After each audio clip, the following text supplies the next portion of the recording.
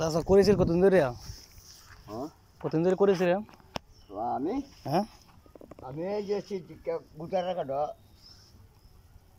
জোয়ান দাই করছেন না। হ্যাঁ হ্যাঁ গুদারা পাইতে ওই সময়। হ্যাঁ ওরে বাবা বহুদিন হয়ে গেছে,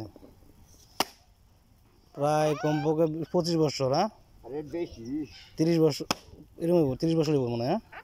36 বছর 36 বছর ধরে। হ্যাঁ আচ্ছা এই সময় গুদারা কাটা জোয়ান দাই হ্যাঁ শাস্ত্র আমরা কিছু মনে আছে আর কি এই সময়। তার মানে বয়স তো কমপক্ষে 80 70 80 তো না 80 তো না না বেশি বেশি হইব। তো 90 বছর বয়স হইব মনে হয়।